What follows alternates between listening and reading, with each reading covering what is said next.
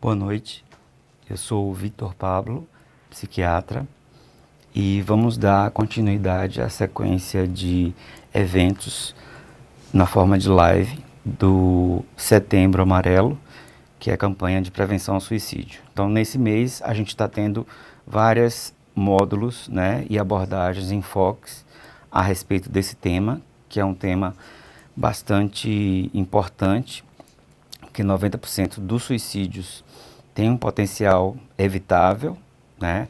E é um tema que precisa ser mais desestigmatizado. Hoje eu vou falar sobre o suicídio infanto-juvenil. Eu percebo que o pessoal já está entrando, né? No caso da faixa etária mais pesquisada ou a parte em que temos a ocorrência mais estratégica diz respeito a pessoas geralmente com um corte entre 14 anos e 29 anos. Mas é importante considerar faixas etárias também entre 6 anos e 14 anos. O que é que acontece na questão suicida no jovem? É uma faixa etária em que você tem uma maior efusão neuroendócrina, né? O indivíduo ele se torna mais impulsivo, né? Há uma tensão emocional maior nessa fase, em que ele está se adaptando à vida adulta. É um momento em que o sistema nervoso central ainda está em adaptação. Então, são indivíduos que tendem a ser mais impulsivos. Com o amadurecimento do sistema nervoso central, você tem aí já o início, principalmente entre os 15 e os 25 anos, dos primeiros surtos das grandes síndromes psiquiátricas, como a depressão maior, o transtorno bipolar do humor e a esquizofrenia. É também nessa faixa etária que se expressam mais a ocorrência de personalidades que serão transtornantes. Geralmente a gente só fala em transtorno de personalidade depois de 18 anos, mas já aí a partir dos 15 anos já começa a se expressar a impulsividade e os comportamentos autodestrutivos de alguns dos transtornos de personalidade, como o borderline e o da personalidade antissocial. É importantíssimo falar do comportamento suicida nessa faixa etária. Quando a gente fala em comportamento suicida, basicamente, a rigor, a gente está falando em tentativas. Mas eu quero incluir também nesse ponto ideações, quando o indivíduo começa a contemplar, né, a possibilidade de cometer o suicídio, os planejamentos, as tentativas e os suicídios propriamente ditos, né? Ultimamente, no Brasil, tem sido bastante relevante nessa faixa etária. Nos últimos 28 anos, a gente observa que houve um aumento de mais de 7% do suicídio, enquanto que o mundo tem reduzido nesse período em torno de 9 a 10%, né? O Brasil ele aumentou nesses últimos 28 anos. Por isso que é tão relevante a gente enfatizar nessa campanha do Setembro Amarelo. Então, o que é o suicídio em si? Na maior parte das vezes é um ato, principalmente nessa faixa etária, não pensado. Ele é um ato impulsivo, não calculado, levado pelo desespero e por isso muitas vezes ambivalente. Muitas vezes a pessoa não quer se matar, ela quer cessar um sofrimento que está acometendo a vida dela. No caso da maior parte das pessoas que conseguem cometer o suicídio, a gente observa retrospectivamente que boa parte desses indivíduos tinham sintomas depressivos. Eu percebo que o pessoal já está enviando perguntas, né? Minha mãe também entrou. Olá, Camila. Então, nessa ferramenta fica menos chato quando a gente interage e eu passo a responder perguntas. A gente pode falar também sobre outros assuntos que envolvem a questão suicida e que estão bastante associados ao sofrimento psíquico, como os atos de automutilação, que são gestos de autoagressão sem intenção suicida, e o bullying, né, ultimamente. Então, a gente começou a receber algumas respostas, algumas perguntas Isso ajuda a gente a estruturar mais o que é dito. A primeira pergunta é uma pergunta relativamente difícil de responder. Como crianças tão pequenas conseguem arquitetar e planejar um suicídio? Bem, quando a gente fala do suicídio infantil, a quantidade de assuntos pesquisados, olá, Tainá, Cláudio Noura entrando, a quantidade de informação acumulada no Brasil não é o suficiente para a gente tirar conclusões, mas existem revisões sistemáticas em que a gente, pegando a faixa etária entre 6 anos e 10 anos de idade, a gente observa um padrão em que são indivíduos que geralmente têm conflitos com o pai, estão inseridos num núcleo familiar de bastante precariedade de convivência. O perfil desses indivíduos, na maior parte das vezes, são garotos. Eles são, muitas vezes, têm um transtorno de déficit de atenção e hiperatividade, que é uma condição que provoca uma impulsividade altíssima. E algumas estatísticas mostram que tem relação genética com a ocorrência de um parente de primeiro grau que tenha cometido suicídio. Então, geralmente, quando você fala de crianças de 6 a 10 anos que cometem suicídio, que tentam e cometem um suicídio, muitas vezes essas crianças usam métodos cruentos, efetivos, e elas provavelmente já estão num contexto, antes dos 6 anos, no contexto de abandono, negligência ou maus tratos, né? O suicídio, ele não é algo que simplesmente acontece e é determinado por apenas uma causa. Geralmente é um conjunto de causas. Mas, por sorte, o suicídio na faixa etária entre 6 e 10 anos é muito incomum. Uma outra pergunta: uma mudança brusca e negativa, ou mesmo uma depressão, pode provocar uma tentativa de suicídio? É como eu falei, o suicídio, geralmente, assim, ele é o ato culminante que deriva de um terreno que vai sendo preparado. Então, muitas vezes, esses indivíduos, eles já vêm de algum histórico de sofrimento, perdas, mudanças de vida, né? Perda de um ente querido, conflitos com o pai, deslocamento do grupo social. Então, é até importante a gente falar um pouco sobre essa evolução do jovem, né? Dos 6 aos 10 anos, você tem uma faixa etária em que a gente chama de a vida na escola, em que a criança ela vai se abrir para o mundo, né? Ela vai ser institucionalizada de uma maneira positiva, a interagir com outras pessoas, inibir um pouco mais o egocentrismo natural dela, e é um momento que os pais podem aproveitar para também reduzir ou limitar gestos mais pueris, né?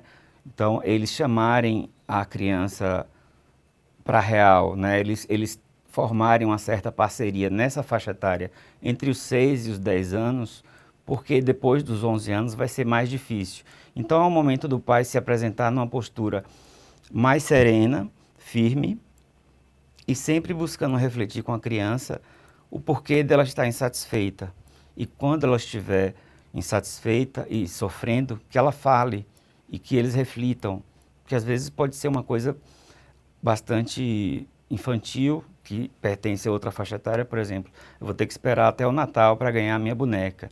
Então, assim, é um momento de refletir, colocar esses limites e criar uma cumplicidade afetiva, em que papo sério ele pode acontecer e que a criança não vai ser repreendida ou julgada, né?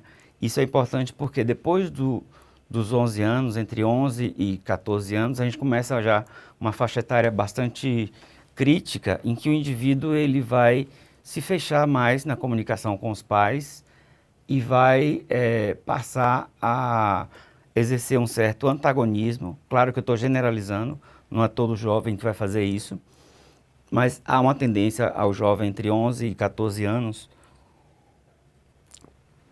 a se calar mais, exercer um certo antagonismo ao núcleo familiar, né, aos pais, aos irmãos, para iniciar o processo de individuação, de buscar quem ele é, né? Então, muitas vezes, a referência afetiva desses indivíduos passa a ser o grupo. Eles se grudam facilmente em grupos, em tendências. Então, a comunicação com os pais vai ser muito difícil.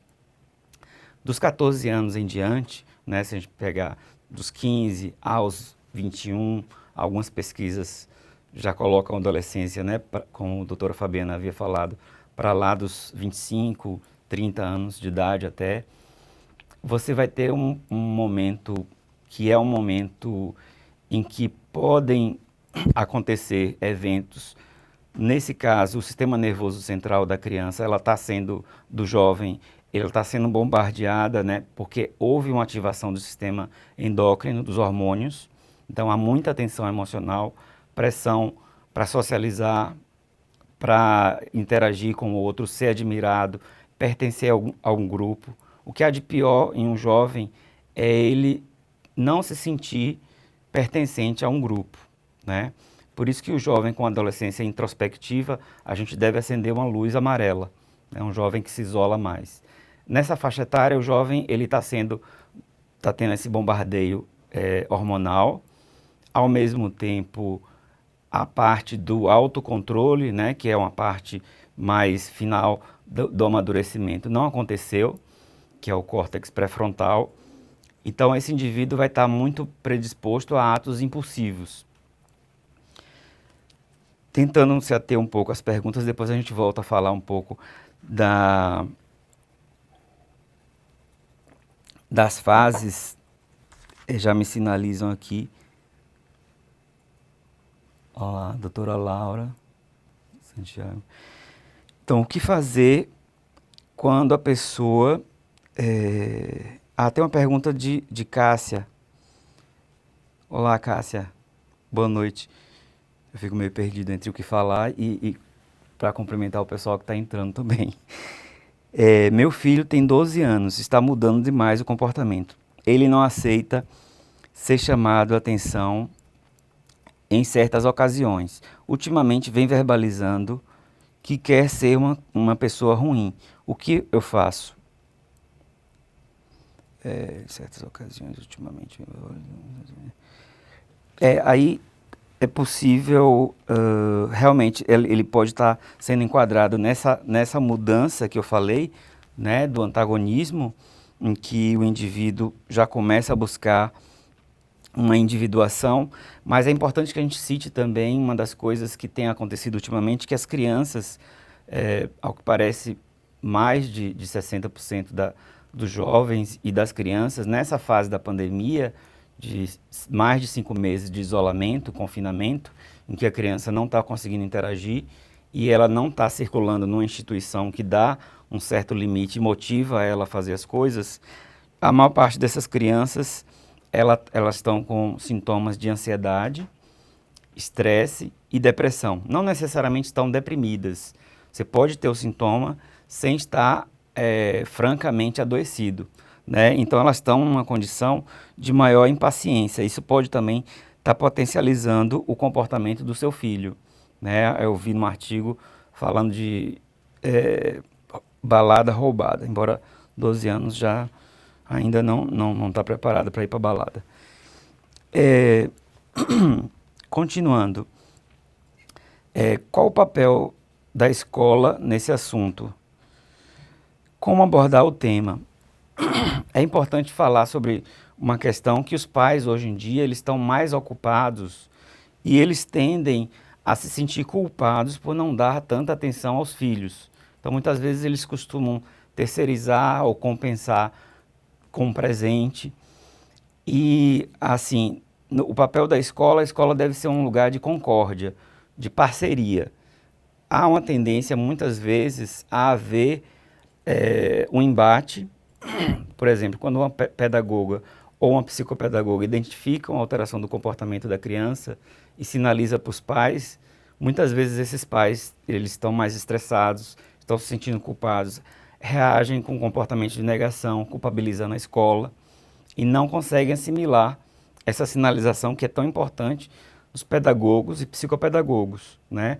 Para além do grupo em que o adolescente se insere, né, os coleguinhas dele, um outro ponto que pode sinalizar mudança de comportamento, que podem sinalizar um campo de risco suicida, é a escola. Então, a escola é um lugar de concórdia, em que os pais devem fazer uma parceria com os professores e, vamos dizer assim, há uma tendência à caça às bruxas. Então, muitas vezes, um indivíduo adoecido, como, por exemplo, um adolescente que passa a se cortar, ela pode influenciar outras adolescentes, pode haver esse contágio. As outras adolescentes não estão adoecidas necessariamente, mas elas passam a fazer também pequenos cortes. Então há uma tendência aos pais das outras adolescentes produzir uma caça às bruxas. Isso é péssimo, né, para o próprio filho, inclusive, cria um ambiente de, vamos dizer assim, desconfiança, quebra o vínculo e não é produtivo. Isso eu tenho observado muito em jovens o quê? Em grupos de WhatsApp de pais, né? Quem está num grupo de WhatsApp de pai, de adolescente, né, de escola, sabe do que eu estou falando. Os professores também. Então, assim, a escola é talvez uma das sentinelas mais importantes para a mudança comportamental do indivíduo, que é um indivíduo que não consegue se comunicar direito. Muitas vezes ele vai expressar um comportamento agressivo, alteração do padrão alimentar, né, uma restrição alimentar, um aumento do apetite, queda da produção escolar. É um momento em que a gente pode detectar o bullying. Isso também está em outra pergunta aqui. O bullying tem relação com depressão e tentativa de suicídio? Sim, nos últimos 30 anos, os estudos têm mostrado que o bullying, tanto o executor do bullying, né, o abusador, quanto a criança que sofre o bullying, eles têm uma propensão, ou isso sinaliza para um adoecimento. Porque a pior coisa que pode acontecer a um jovem é ele se sentir deslocado do grupo, descolado e tendo a autoestima baixa dele, que muitos desses jovens já têm, potencializada. Então, assim, o bullying é um fator de adoecimento e a escola é um momento, é um dos sentinelas e o bullying deve ser combatido. Há uma portaria de 2016 que instituiu essa obrigatoriedade da vigilância e de tomar-se providência em relação ao bullying, tanto pais quanto a escola. A gente também está sendo transmitido no YouTube, eu esqueci de falar, no nosso canal da Holistic Psiquiatria. E Antônio de Paula, Antônio, obrigado pela pergunta, enviou uma dúvida. Como abordar esse assunto em uma comunidade? Isso é interessante, é uma das coisas também que eu queria falar. O assunto do suicídio, tem uma frase que a gente usou nesses anos, é que quanto mais você fala sobre suicídio de uma maneira apropriada, menos ele tende a acontecer. Por quê? A campanha visa justamente a sensibilizar as pessoas a se tornarem agentes de acolhimento, a olhar ao redor. Muitas vezes você consegue mais detectar pessoas íntimas que mudaram o comportamento, estão mais apagadas, mais isoladas, se cuidando menos, com queda da produtividade escolar ou do trabalho. Então essas pessoas, elas devem abordar esse indivíduo de maneira individual. Mas a campanha do suicídio serve justamente para a gente falar mais sobre isso de uma maneira técnica, né? Porque uma das coisas também que é muito arriscado de acontecer é, por exemplo, quando você romantiza o suicídio ou a automutilação. Há uma tendência a acontecer isso no jovem. E isso, inclusive, se instigar, essa romantização, está enquadrada no artigo 122, é crime, né?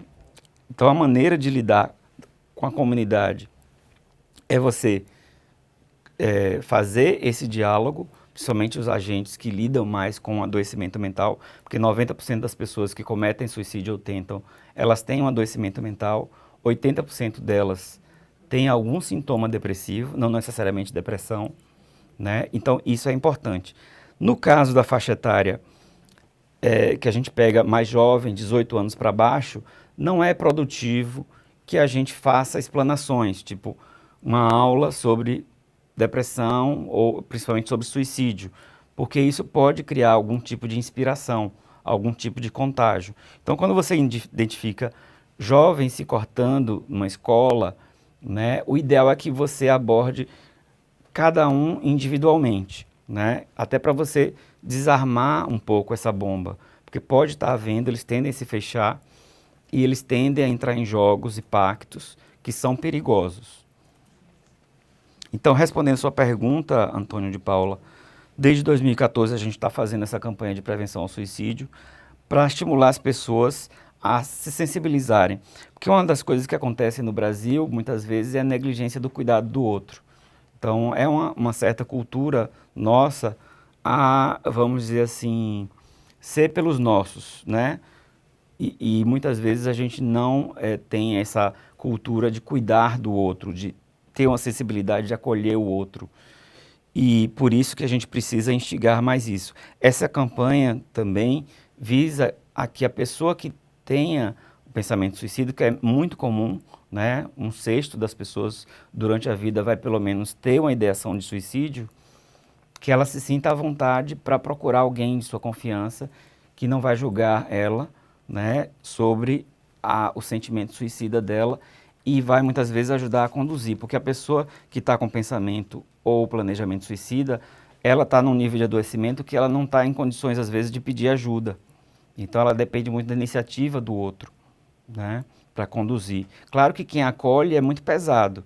Você tem que acolher de uma maneira delicada, sem julgamento, sem aconselhamento, demonstrando, eu estou interessado no que você está falando. Isso responde também uma outra pergunta, né? Então, geralmente é de um modo, eu estou preocupado com você, muitas vezes a pessoa já verbalizou, boa parte das pessoas que tentam suicídio 6 meses antes, elas dão alguma sinalização, e muitas vezes elas estão ávidas por falar sobre esse sofrimento, né? Então, basta que você instigue um pouco, mostre empatia, atenção, e uma vez identificado, a depender da iminência, certificar-se de que ela está na iminência de cometer aquilo ou não, que é só um pensamento que não vai acontecer hoje, faz um pacto com ela, hoje não vai acontecer, você vai falar comigo amanhã, enquanto isso você já mobiliza alguém, um professor, um clérigo, para conduzir essa pessoa, geralmente para uma triagem com um psicólogo ou um psiquiatra,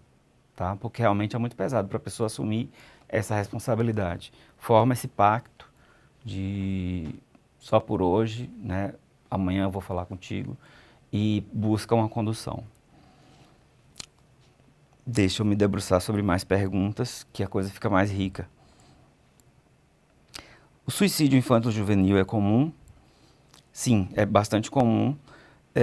Algumas estatísticas chegam a falar de 8% de tentativas, né? E a faixa etária em que ele tende a cometer mais seria principalmente a partir dos 15 anos até os 25 anos, né? A gente poderia fazer um ponto de corte aí, sendo que entre os 15, diria 14 e 18 anos, há até um maior risco, né? Porque os indivíduos eles são mais impulsivos. Então, você tem estatísticas em que 8% dos indivíduos, em algum momento, nos últimos 12 meses, tentaram suicídio. 3% desses indivíduos, não dos 8%, mas do geral, foram tentativas praticamente letais, né, ou bastante intencionadas para execução. Então, é algo que não deve ser desprezado. É importante também não formar um alarme, né, que os pais não fiquem alarmados com isso, porque é um assunto que tem que ser tratado de uma maneira objetiva. É difícil para um pai, né, simplesmente tratar isso de maneira objetiva, por isso que ele vai ter que buscar a ajuda de profissionais. Como perceber os sintomas de um comportamento suicida? Bem, comportamento suicida, você geralmente é a tentativa de suicídio, mas talvez os sinalizadores, é o que eu justamente já falei, queda da produção escolar, o indivíduo ele fica mais isolado, né? Ele tende a se comunicar menos, se cuidar menos, altera o apetite para mais ou para menos, dorme mais ou dorme menos, tem uma maior dificuldade de concentração, tende a verbalizar coisas negativas a respeito de si próprio.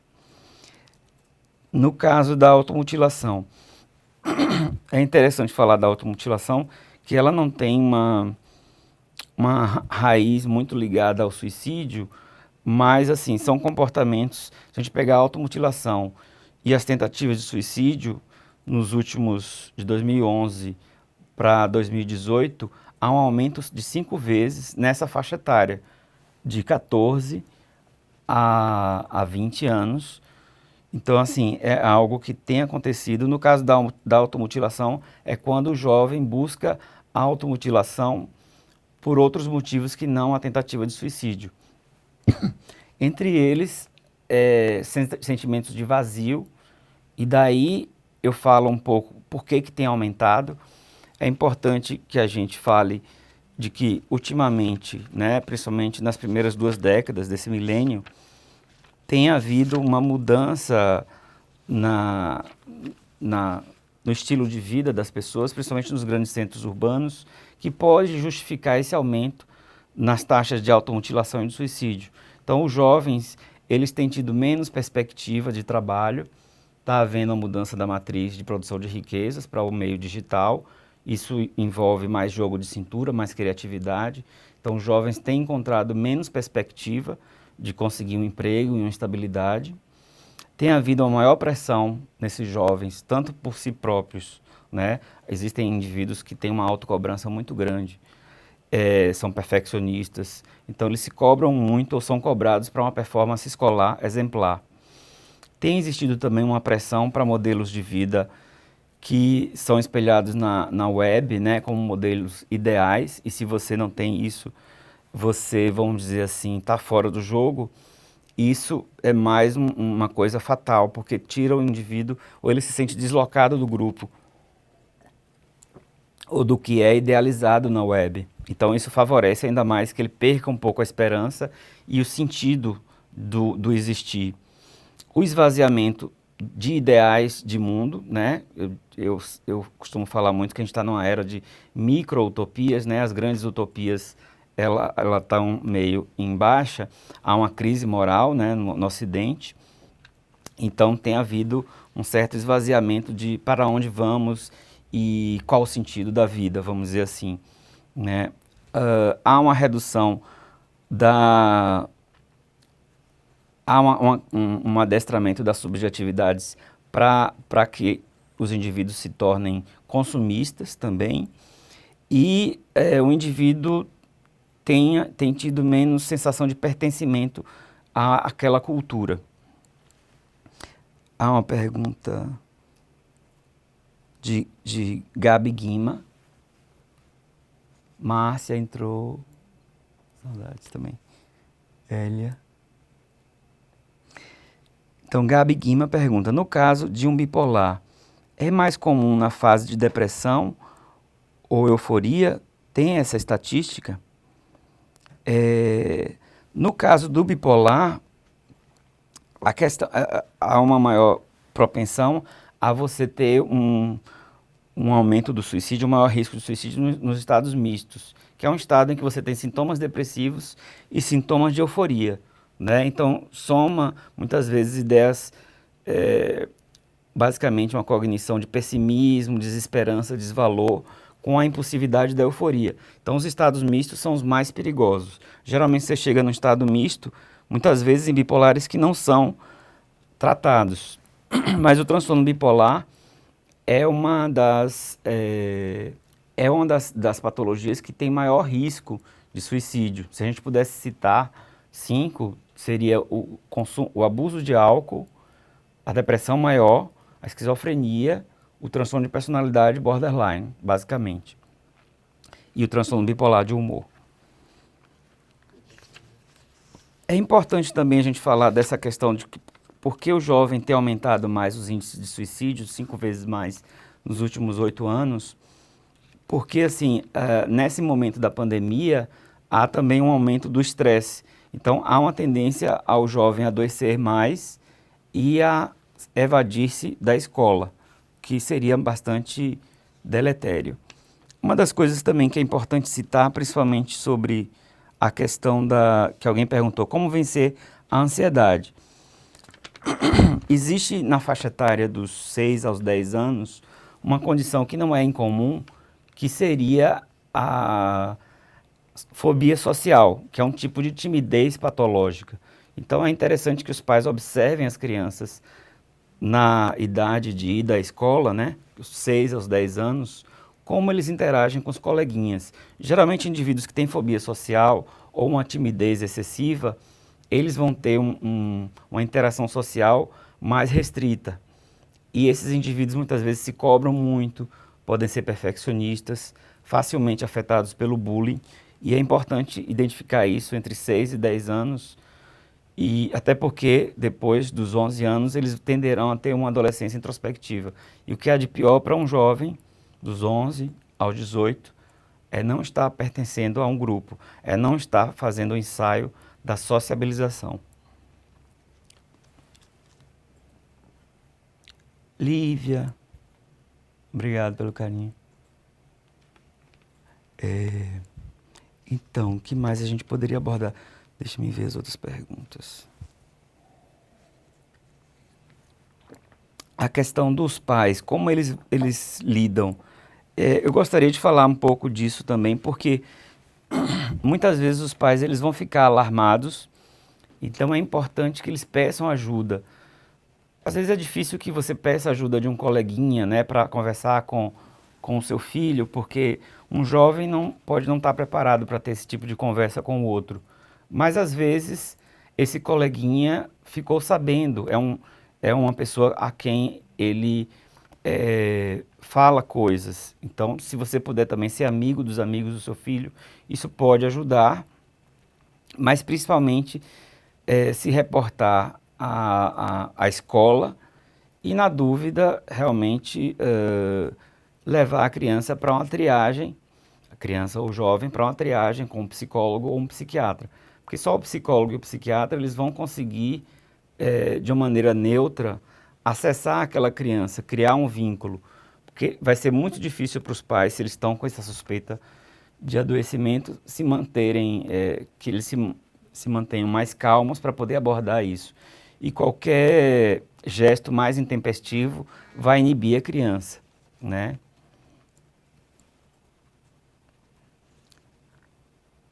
É importante falar de algumas... chega mais perguntas, né? É bom porque eu fico menos perdido. Wanda. Oi, Wanda. Meu filho trocou o dia pela noite durante essa pandemia. Isso pode ser depressão? Ele fez 18 anos semana passada. É interessante. Isso pode ser um sinalizador de alguma alteração do humor. Os índices de estresse nos jovens estão em mais de 60%, em algumas pesquisas que ainda estão em andamento. Não necessariamente depressão, para não alarmar você, né? Mas podem ser sintomas de estresse. Agora, o que eu tenho visto mais na minha prática, aí já não é pesquisa, no meu dia a dia, é que boa parte das pessoas, até por uma autoindulgência, elas estão, vamos dizer assim, indo dormir mais tarde, comendo um pouquinho mais, coisas gostosas, maratonando séries que gostam. Então, há uma chance dele ter... na verdade, porque você fala até que ele não diminuiu as horas de sono, ele trocou o dia pela noite. Então, provavelmente, ele não está com a rotina estruturada. Isso é ruim porque o jovem, com a referência e a cobrança da escola, ele se motiva mais, ele se disciplina mais a executar as funções escolares. E o jovem que está em casa, ele tem menos motivação para estudar. E muitas vezes acontece isso, um comportamento que a gente chama noctívago, ou seja, o jovem vai dormir mais tarde, para maratonar séries e acorda mais tarde. Se isso não representar um prejuízo, é bom conversar com ele, que seja algo temporário, né? Se a aula dele for à tarde, talvez não seja tão problemático assim, mas você pode propor para ele dormir um pouco mais cedo, né? Para não trocar tanto assim. Obrigado pela pergunta, Wanda. E aí temos a pergunta também de Massaratelli, espero que tenha pronunciado direito. Quem tentou uma vez pode tentar de novo? Quais as chances? Há estatísticas que mostram que justamente um dos fatores de risco para o suicídio é tentativas prévias, Massaratelli. E as chances de um indivíduo tentar novamente são mais de 30%, né, de chance daquele indivíduo voltar a tentar novamente. É importante falar disso porque alguns dos históricos do indivíduo que aumenta o risco de suicídio, principalmente se ele tiver com sintomas de adoecimento ou alguma provação, né, estresse com a perda de um ente querido, é o fato de ter histórico de suicídio em um familiar de primeiro grau, isso eu já citei, pessoas jovens que têm uma estrutura de personalidade que tende a baixa autoestima e ao perfeccionismo, muitas vezes as duas coisas estão associadas, ou seja, elas se cobram muito, internalizam muito o sofrimento e elas tendem a ter uma baixa autoestima, uma maior sensibilidade ao bullying, por exemplo.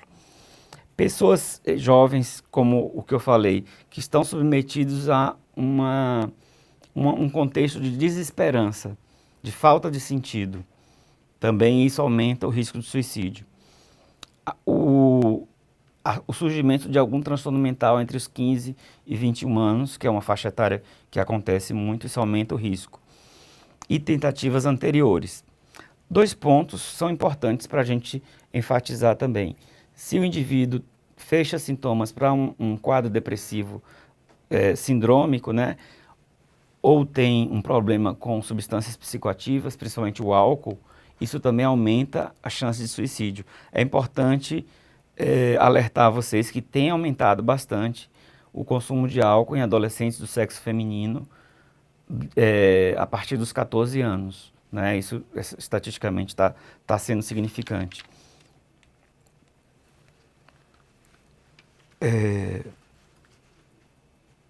Então, assim, sobre essa questão da desesperança, é importante a gente tentar, ao falar daquilo, é importante a gente criar narrativas, metanarrativas, dar sentido à vivência da criança. Quando ela inicia a vida na escola, quando ela entra na adolescência, como é que a gente vai resgatar essa falta de sentido? Né? Como é que a gente vai dar sentido a esse jovem?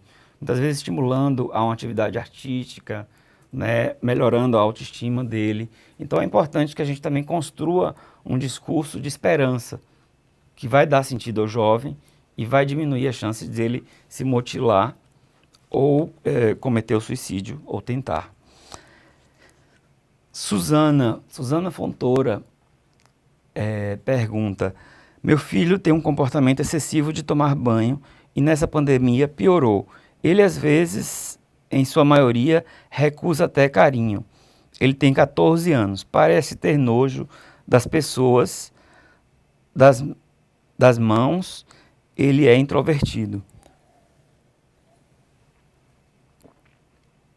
Foi uma afirmação que você fez. Sim, a pandemia pode ter afetado. É importante a gente não focar apenas em uma causa. Muitas vezes o indivíduo que tem um sintoma ou uma mudança de comportamento, ele tem uma predisposição àquilo. Você até compôs aqui, ele já era introvertido, né? E nessa pandemia adquiriu comportamentos mais excessivos e até recusa de carinho e um afastamento das pessoas. Em casos assim, valeria a pena fazer uma avaliação. Pode ser passageiro, né, porque a gente tende a voltar a uma rotina mais regular, embora isso possa demorar, mas eu indicaria realizar uma avaliação com um psiquiatra infantil ou com um psicólogo. Aqui a gente tem um núcleo infanto-juvenil, né, com a participação da psicóloga Daniela e psiquiatras de referência como Paula Dione, Vanusa, Liz. Então temos profissionais nesse sentido. Então eu gostaria de agradecer a vocês. Eu interagi pouco com a tela, mas eu aprendi hoje, vou treinar mais. Quero agradecer a vocês a participação. Espero que essa conversa tenha sido produtiva, né, para a gente esclarecer, tirar um pouco do alarme dos pais, restabelecer o vínculo com a escola, né, a concórdia, diminuir um pouco essa caça às bruxas, tentar diminuir um pouco a tensão nesses grupos de WhatsApp de escola, né, que eu sei que não está fácil. E nessa pandemia a gente vai ter que ficar mais atento a nós próprios. Um abraço para vocês.